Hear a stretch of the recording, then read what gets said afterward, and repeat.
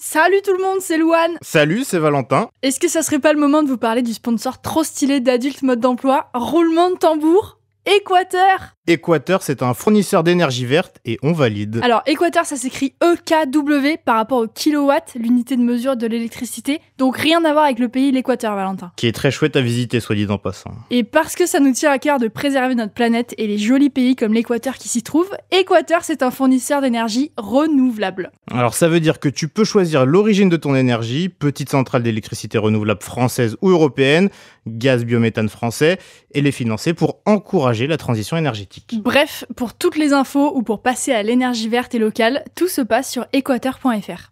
Et changer de fournisseur, c'est gratuit. Et en attendant, c'est parti pour l'épisode. Adulte.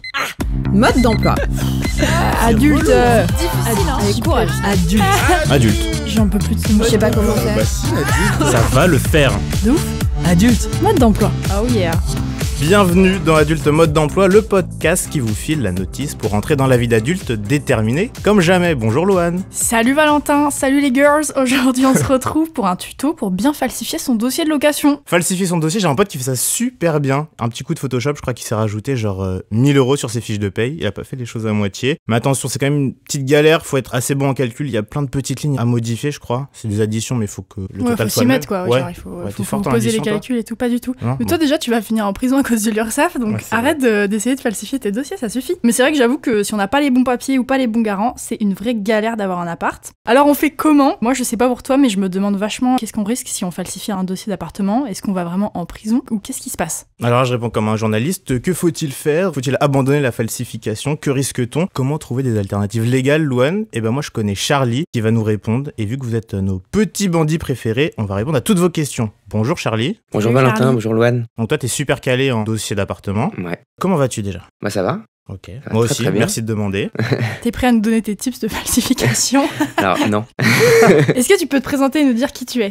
Ouais, donc je m'appelle Charlie Caillou, je suis conseiller juridique pour le site pap.fr, de particulier à particulier, donc un site d'annonce immobilière, Trop stylé. notamment de location donc. On a plein de questions pour toi. Déjà, que dit la loi par rapport à la falsification de dossiers? Bah, il y a 2 sanctions qu'on encourt. Des sanctions graves. La première, c'est une sanction pénale. On risque une amende qui peut aller jusqu'à 45 000 € d'amende et 3 ans de prison. Ouais, non, quand c'est un même. peu lourd. Hein. On achète un appart avec Bah oui. 45 000 € direct. Ouais, c'est faux et usage de faux, donc c'est un petit peu grave. Ah oui, quand même. Bah oui, et on risque une deuxième sanction, civile cette fois, c'est l'annulation du contrat de location et donc l'expulsion Ah du ouais. locataire. Ah, si le propriétaire ou l'agent se rend compte pendant la location, pendant le bail. Exactement. Et bah yes. Ah ouais, Et- j'ai cassé l'ambiance dès le départ. Ouais, bah super. Mais dans les faits, est-ce qu'on se fait vraiment capter quand on falsifie quelque chose ou ça arrive peu? Bah, il y a 2 cas en fait. Soit le propriétaire se rend compte dès les visites que le dossier est bidon, il va le mettre à la poubelle délicatement. Ok. Soit il se rend compte une fois qu'il a choisi votre dossier. Et donc, si vous payez votre loyer, tout va bien se passer. La location va perdurer comme ça. Si en revanche vous ne payez pas votre loyer ou que vous avez un litige avec le propriétaire, là il va sortir l'artillerie, donc plainte pénale et puis et tribunal pour casser le contrat. Ah Ok. oui. Mais qu'est-ce qui rend les gens détectables en fait? C'est quoi les trucs vraiment trop gros? Genre mon pote touche 1000 € sur son salaire. Ouais, alors non, moi je suis juriste donc je peux pas vraiment vous donner les Allez. conseils pour aller en prison. Mais non, mais on va pas en prison pour des faux. Enfin, c'est assez rare en tout cas. Donc, je dirais que de toute façon, les faux, c'est assez facile à trouver. Enfin, tous les petits trucs, on les trouve sur Internet. Ce qu'il faut quand même savoir, c'est que pour les propriétaires aussi, maintenant, il y a des outils qui permettent de détecter des faux documents, notamment l'avis d'imposition. Il y a un service qui est proposé par le site des impôts. Et puis, il y a notamment une entreprise qui s'appelle Dossier Facile qui permet justement de vérifier un petit peu les documents du locataire. Donc, c'est des aides pour le propriétaire.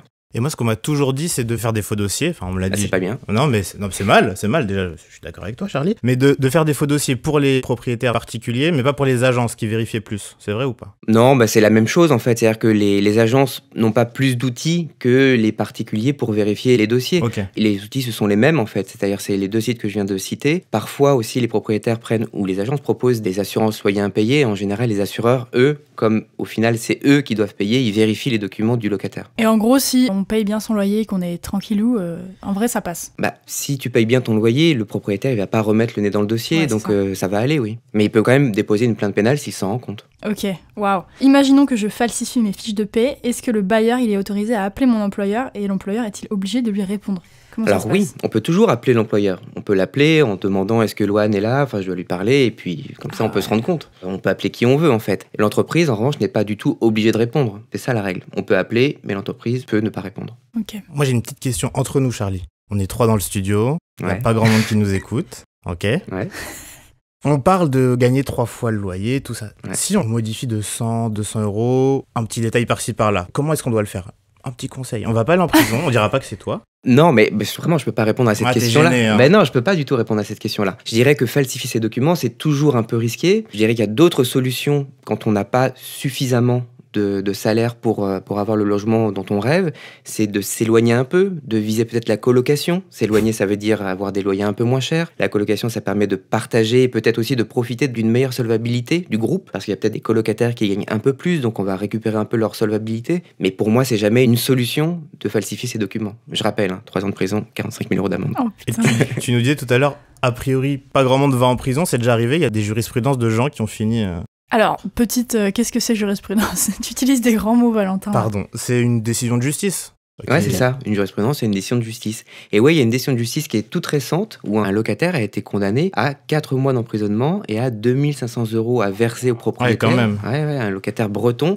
C'était un cas un peu particulier parce que le locataire a été connu de la justice, qui payait pas ses loyers, qui s'est pas présenté à l'audience. Donc ça, les juges, ils aiment pas trop qu'on se présente pas à l'audience. Petit manque de respect et ça coûte cher. Mais oui, donc ça arrive, mais cette décision, elle est quand même particulière. Et Charlie, je suis un peu ému, faut que je t'avoue quelque chose. En fait, je t'ai reconnu, mais après coup, je suis désolé. Mais en 2017, pour mon premier appart, je regardais tes vidéos sur PAP. Ah non, c'est pas vrai. Si, Tu me touches. si, j'avais fait... c'était une vidéo sur les fiches de résumé, voilà. Une Ouais, feuille. sur les documents à fournir au propriétaire, justement, lorsqu'on veut avoir un logement, honnêtement, sans faux. Mais ouais, c'est une très ancienne vidéo, mais ça fait super plaisir que tu l'aies vu. Est-ce que t'as chopé un logement, du coup? Eh bah ouais, j'ai grave. Ouais, ça a réussi. Ouais, il était pas très grand, mais propre. Voilà, c'est déjà ça.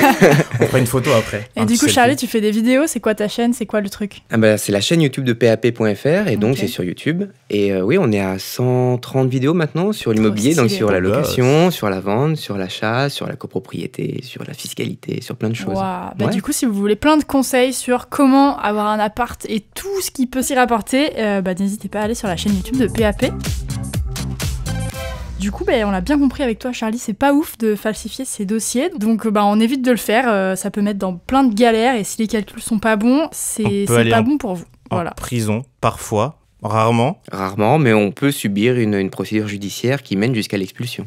Et si vous gagnez pas assez, vous pouvez envisager d'élargir votre cercle de recherche ou d'envisager la colocation. Il y aura un épisode sur la colocation, Louane. Ouais, moi j'ai eu une très bonne expérience et toi vraiment pas ouf, donc du coup ça va être un épisode intéressant. Moi très bonne. C'est vrai? J'ai une expérience j'ai un peu adoré différente. la colocation. Moi aussi j'ai adoré. Comme quoi, 2 contre 1, ça marche bien la coloc. Merci beaucoup Charlie, c'était trop chouette de parler avec toi. Merci à vous. Salut Charlie, salut Louane. Nous on se retrouve sur les réseaux sociaux de Nouvelles Écoutes, Instagram, Twitter. Et sur nos réseaux sociaux, Louane Mancho et Nato81, si vous voulez suivre Valentin et toutes ces musiques trop stylées qu'il nous met en story. J'adore la musique. Salut tout le monde. Bisous. Adulte Mode d'Emploi est un podcast de Nouvelles Écoutes. Écrit et animé par nous, Louane et Valentin. La production et la coordination, c'est Mathilde Jonin et Cassandra de Carvalho. Direction artistique, Aurore Mailleux. Réalisation, Marion Gourdon. Enregistrement, montage et mixage par Constant et Robin au studio Caleçon.